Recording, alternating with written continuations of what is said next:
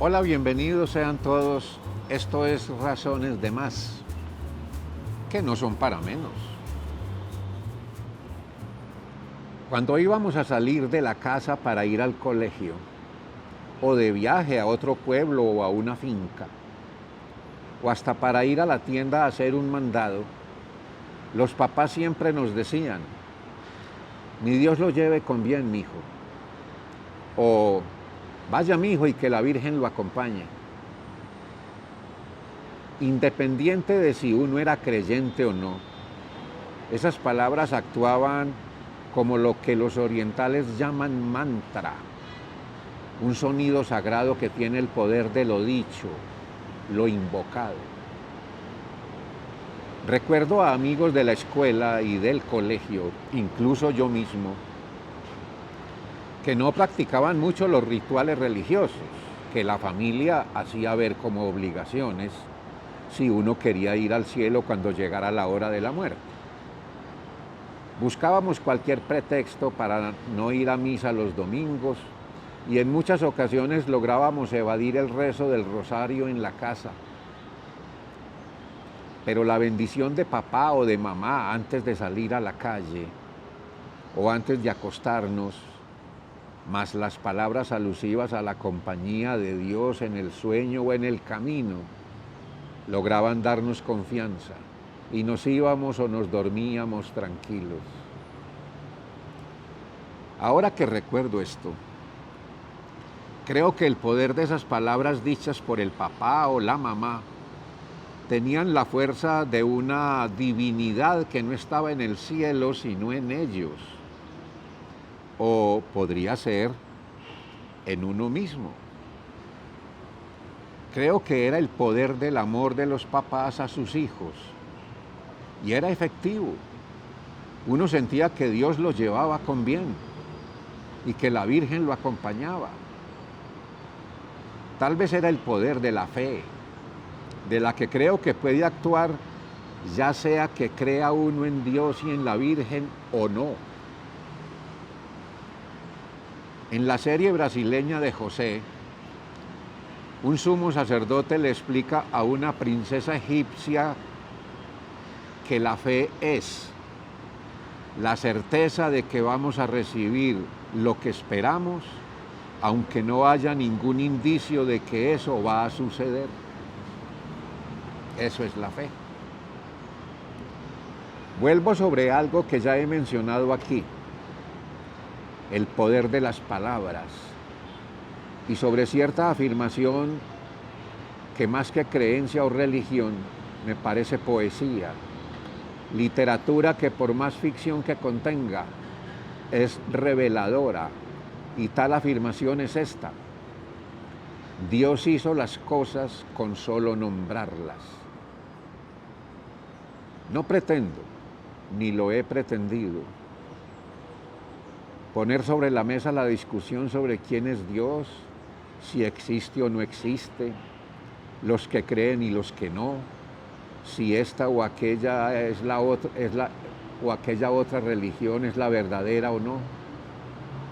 En lo que quiero enfatizar es en la fuerza del lenguaje, en el que quizás, y sin que ninguna ciencia pueda demostrar que así es o que no es, las palabras, el idioma que nos identifica como pueblo y como cultura, en ellas está Dios, o digamos como Borges, la divinidad. Solo puedo decir esto: nosotros sentíamos que Dios nos llevaba con bien y que por algún misterioso designio que escapa a la racionalidad de la mente humana, podíamos ver el peligro, el mal, las actitudes honestas o perniciosas de las personas en la calle, y que ya dependía de nosotros la inclinación a lo uno o a lo otro, correr el riesgo o evitarlo. Pero teníamos claro qué era lo luminoso y qué lo oscuro gracias a las meras palabras de papá o de mamá: "Ni Dios lo lleve con bien, mijo". Esa frase, dicha como la decimos nosotros, tiene la forma, el sabor y el color de lo nuestro, lo que somos como antioqueños o paisas. Y eso les da más fuerza a las palabras pronunciadas porque procede de una verdad que nos dan la tierra, el agua y el aire de la región donde vivimos. Es decir, la verdad de nuestra casa, porque la casa es la verdad. Tanto es así que siempre regresamos a ella. Gandhi decía, en una tarde sentado sobre una piedra ante el río Ganges, he ido tan lejos y lo único que he hecho es regresar a mi hogar.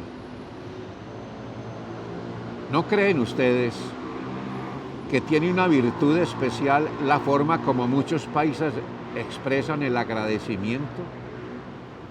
Hablo de la expresión que celebra la gracia de la gratuidad de un favor. Dios le pague.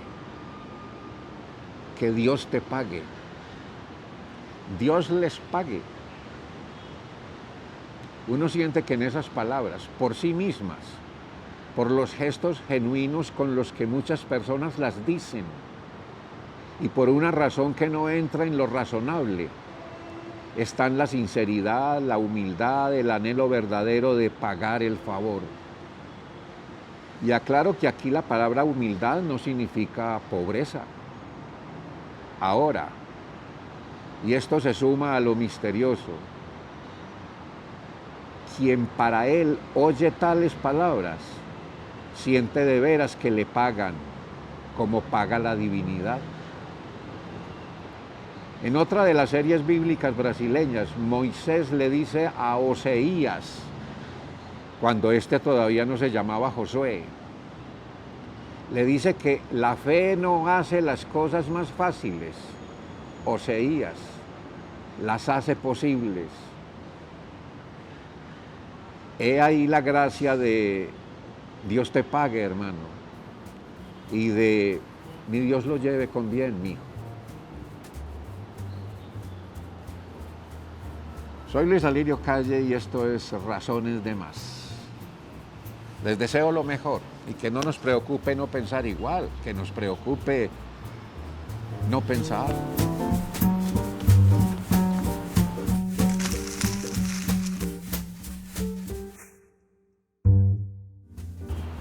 Hola, bienvenidos sean todos.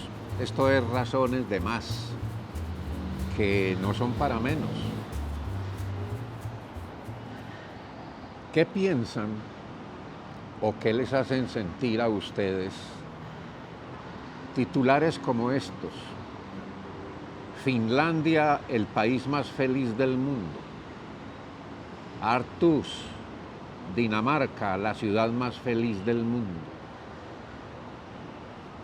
¿No les parece que suena curioso? Como cuando uno frunce el ceño con 3 signos de interrogación en él y en los labios una risita incrédula. ¿Cómo se mide la felicidad? Hablamos de algo real cuando decimos frases como felicidad colectiva, felicidad del pueblo, Medellín está feliz, Bogotá rebosa de felicidad. No lo sé. Y no voy a ser aquí de aguafiestas. Pero creo que la felicidad es individual, personal y única, según cada ser humano que se declare en estado de felicidad.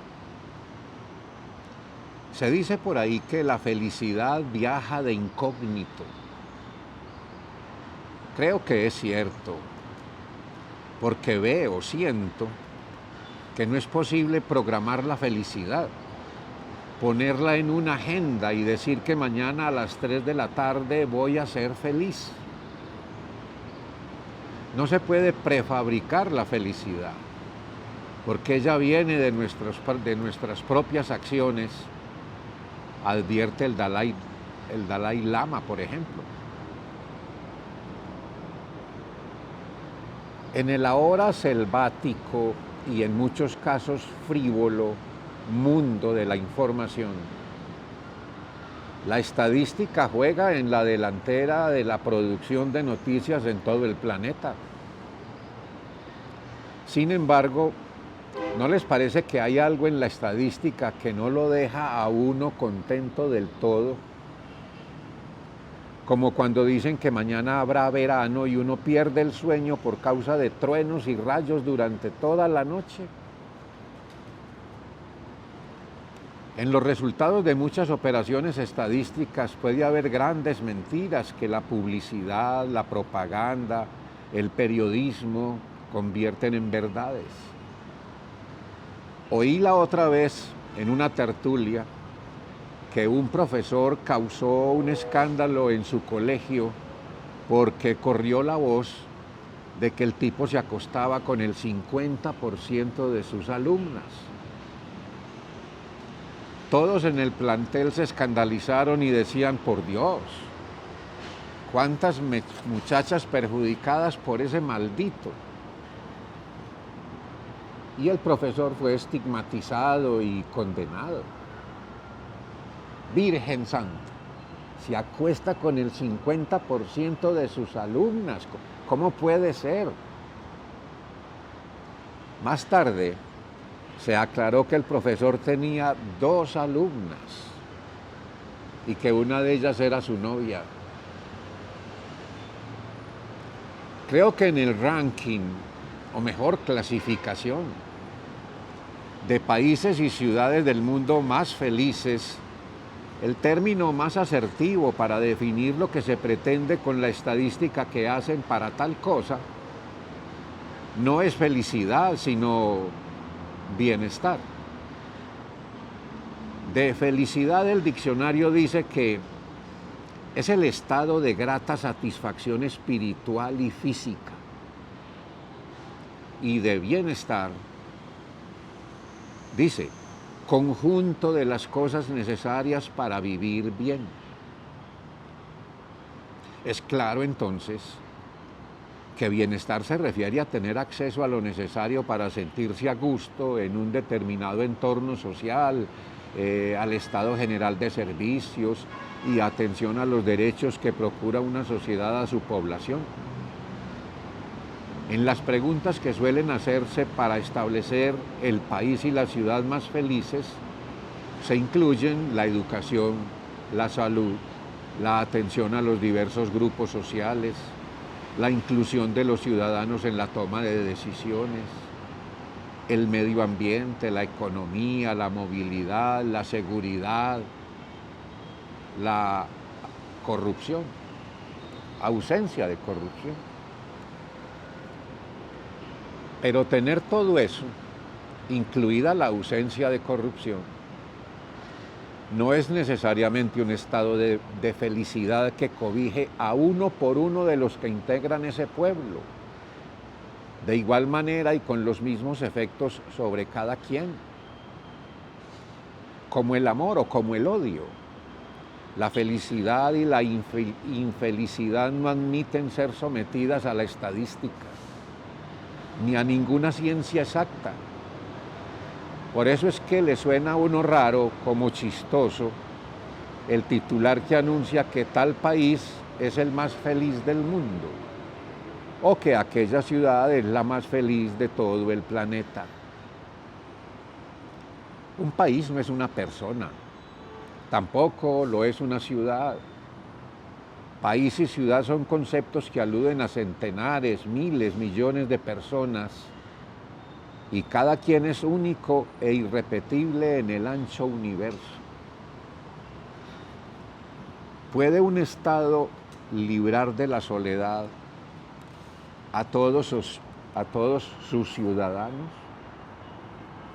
La no soledad deriva de la satisfacción material de lo necesario para subsistir. ¿Es la felicidad tener casa, carro y beca? Sí, pues es muy bueno tener todas esas cosas, por supuesto, pero ¿qué sigue después de tenerlas? Un Estado, un gobierno han de atender las demandas de su pueblo. Para eso es la política y para eso es el poder. pero no tiene la obligación de hacer felices a todos y a cada uno de los que integran ese pueblo. Ninguna constitución nacional manda literalmente a que un Estado haga feliz a cada uno de los ciudadanos que conforman la nación. Y así lo mandara, ¿cómo harían los estados? Cada quien es feliz o infeliz según sus actitudes y sus actos. Y estos no dependen exclusiva y radicalmente de los niveles de bienestar social de un país o de una ciudad. La mentalidad, la cultura de un pueblo no está en sus leyes. Sus leyes están en su cultura. Creo que en realidad mucho de la felicidad está ligado a la cultura. Y si esa cultura le impide a uno ser capaz de ser libre, el anhelo de felicidad será como el anhelo de agua en el desierto. Soy Luis Alirio Calle y esto es Razones de Más. Les deseo lo mejor y que no nos preocupe no pensar igual. Que nos preocupe no pensar.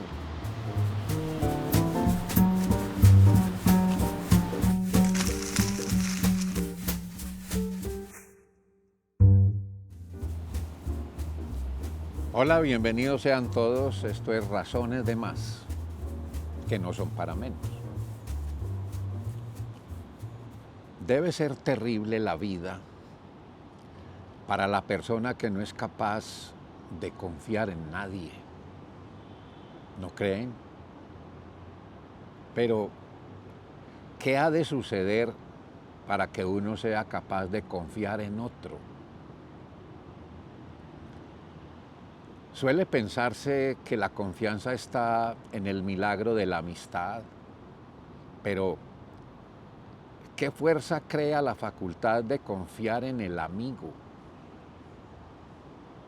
En muchos casos, la confianza puede implicar poner la seguridad, la reputación, la misma vida en riesgo.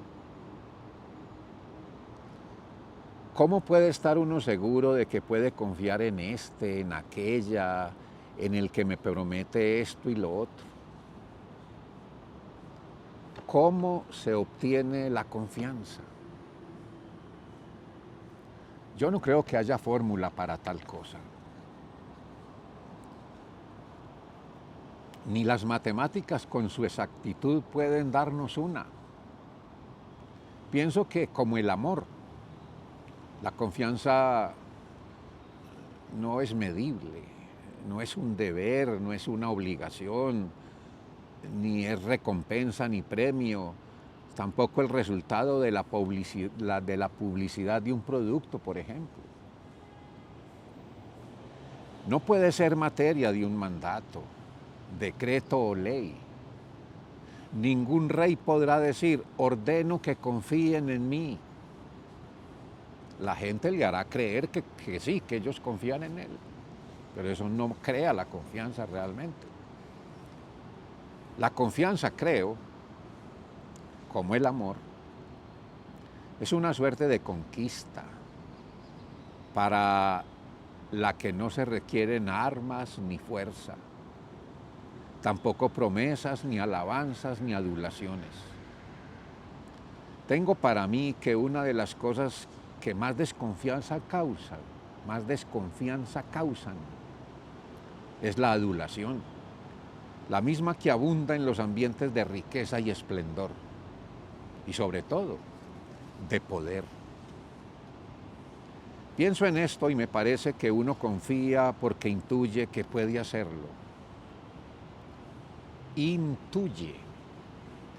Intuir, dice el diccionario, es percibir íntima e instantáneamente una idea o verdad, tal como si la tuviera a la vista. Es una suerte de milagro,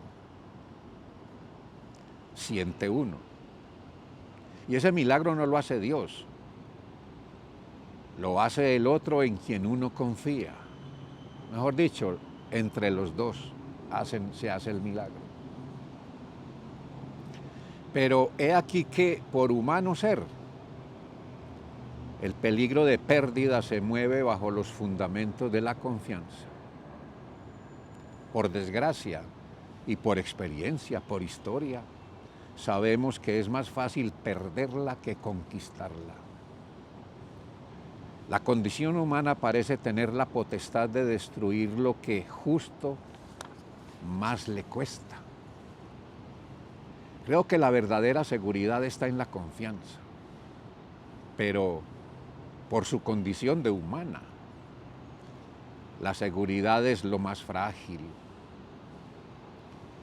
y lo es más donde hay poder. Lee y ve uno historias de reinos en los que todos intrigan contra todos, en los que nada es más inseguro que la seguridad, nada más desconfiable que las declaraciones de confianza, las genuflexiones y actitudes serviles de reverencia.